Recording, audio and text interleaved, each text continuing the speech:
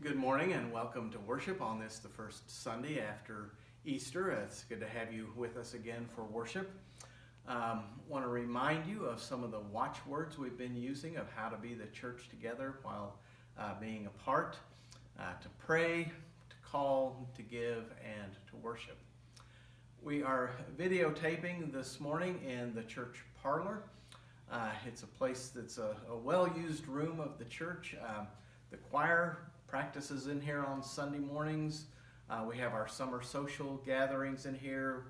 PW, other community groups use this room. It's one of my favorite rooms in the church.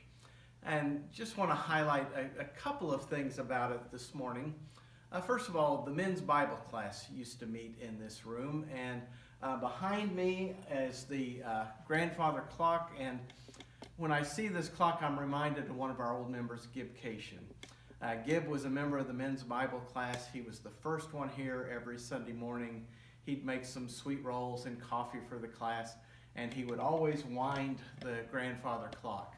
It's stuck at 10 minutes after 3, so it's been a long time since anyone wound the clock, but it's a good memory of one of my favorite members of the church, Gib. And then over my other shoulder are some symbolic carvings done by Carl Feldman. Carl had died before I arrived, but again, it's another reminder of one of the faithful members of our church. This past week, I sent out in the email newsletter article an invitation to respond to all of things that you have been doing during this time apart. Maybe it's a new job skill you've learned while on this kind of hiatus from normal life.